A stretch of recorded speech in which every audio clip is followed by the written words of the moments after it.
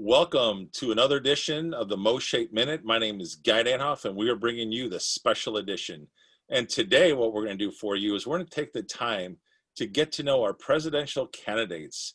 As you guys probably know, on Monday, October 26th at 7 p.m. Central Time, we're going to be hosting a town hall as we get a chance to hear from our two candidates that are looking to be the next president-elect of MOSHAPE. Right now, I'm joined with Jodie Leiss. Jodie happens to be the Northwest Missouri State University Assistant Professor, and she actually oversees the health and the physical education programs.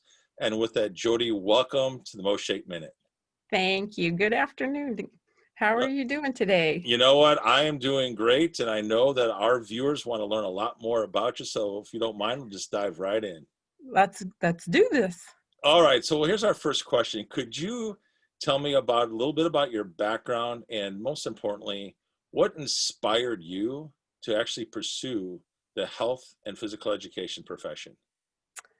Well, I think I took a different turn than most that I hear of.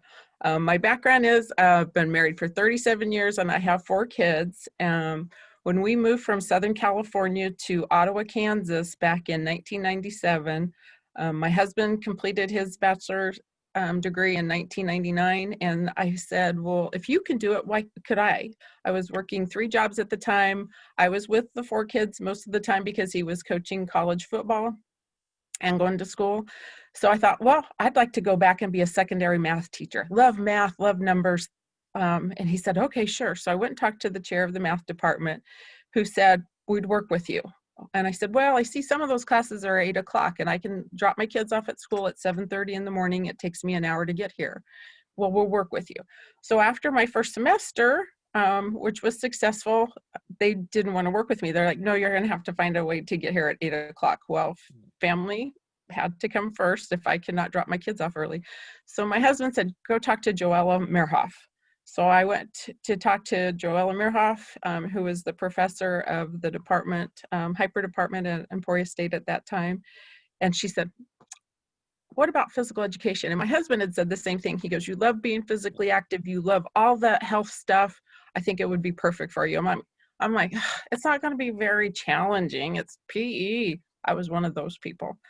So I went and talked to Joella. She put me in her elementary ed class, PE class, which was a junior level. And there were a lot of PE majors in there that had been in freshman classes together, sophomore classes. And so here's this middle-aged lady wanting to be a physical educator. So we had that class. I loved it. We were able to act like little kids for about 80 minutes twice a week. And she also encouraged me to go to a workshop down in Wichita, Kansas that was put on by CAFERD, which is the Kansas Association of Health and Physical Education, Recreation, and Dance. So I went, and Chip Candy was the presenter that day. He's one of the Jersey boys. We moved from 8 in the morning to 4 o'clock that afternoon with a little lunch break, and it was the best day ever. And I thought, this is what I want to do. I want to teach people how to be physically healthy, to move, to have fun, sometimes you just need to have fun. So I think that's when the spark happened, was in that class and that particular workshop. And then I was encouraged to go to the CAFERD conventions, to the workshops, join as a student. I was elected student president when I was an undergrad. And then they said, someday you'll be president, which I was in 2010. I was the state president of CAFERD, which is different times than now, but it was a great experience. And I always thought when I was taking my classes, what would I want my teacher for my children, my own 4 children to be like? So I paid attention in all my classes. I learned as much as I could. And even if I was in a philosophy class, how could I relate that to physical education? How could I relate that to life for my future students who I did not know at that time?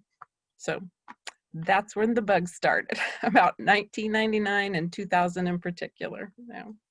Well, Joy, first of all, I didn't know that part of your story, so this is the initial reaction. How cool, and congratulations. I just love those stories where someone as a student was the future professional's president, and then they go on to be president.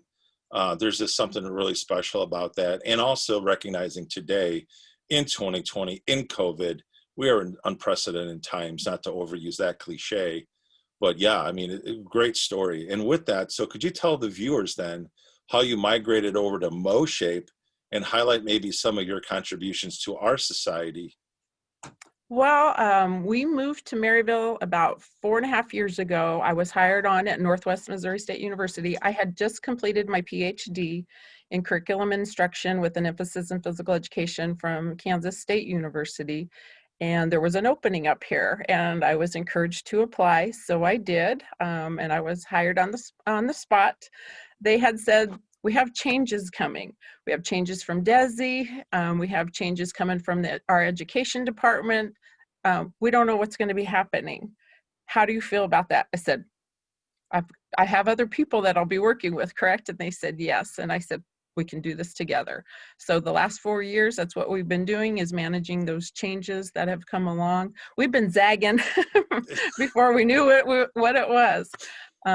So that's how we got to Missouri. And my first conference was that November.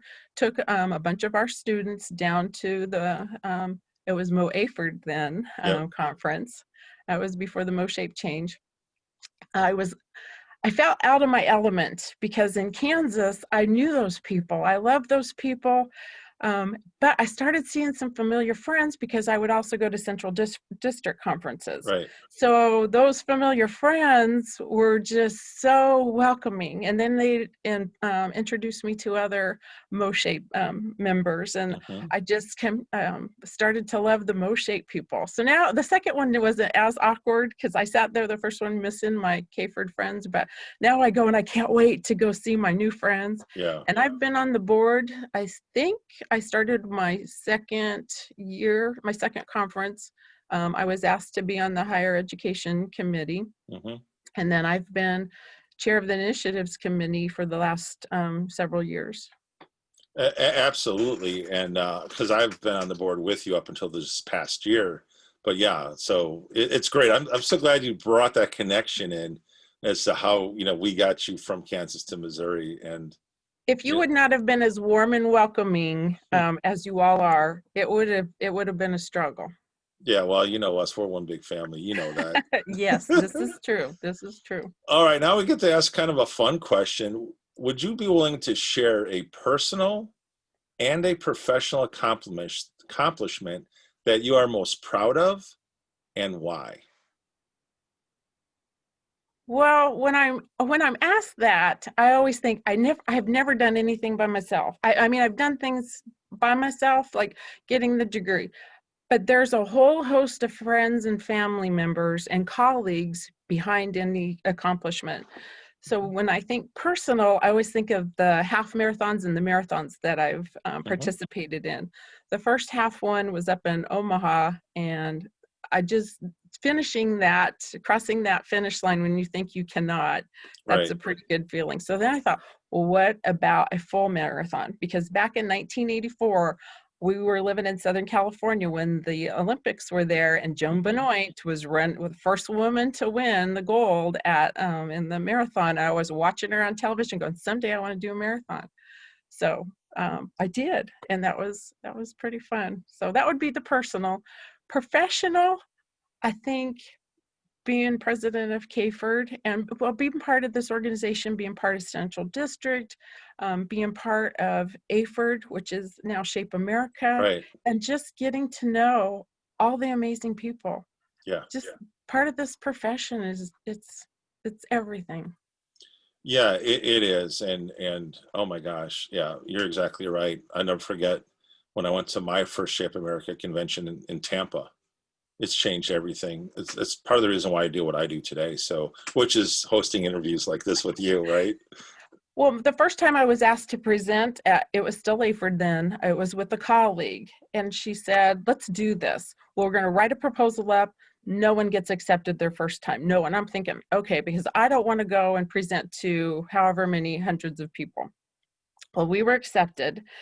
So we went, and it was amazing. It was so fun because after a few minutes, your butterflies calm down and you're looking at the people engaged in your activities that you're presenting. And you're like, this is awesome. Love this profession.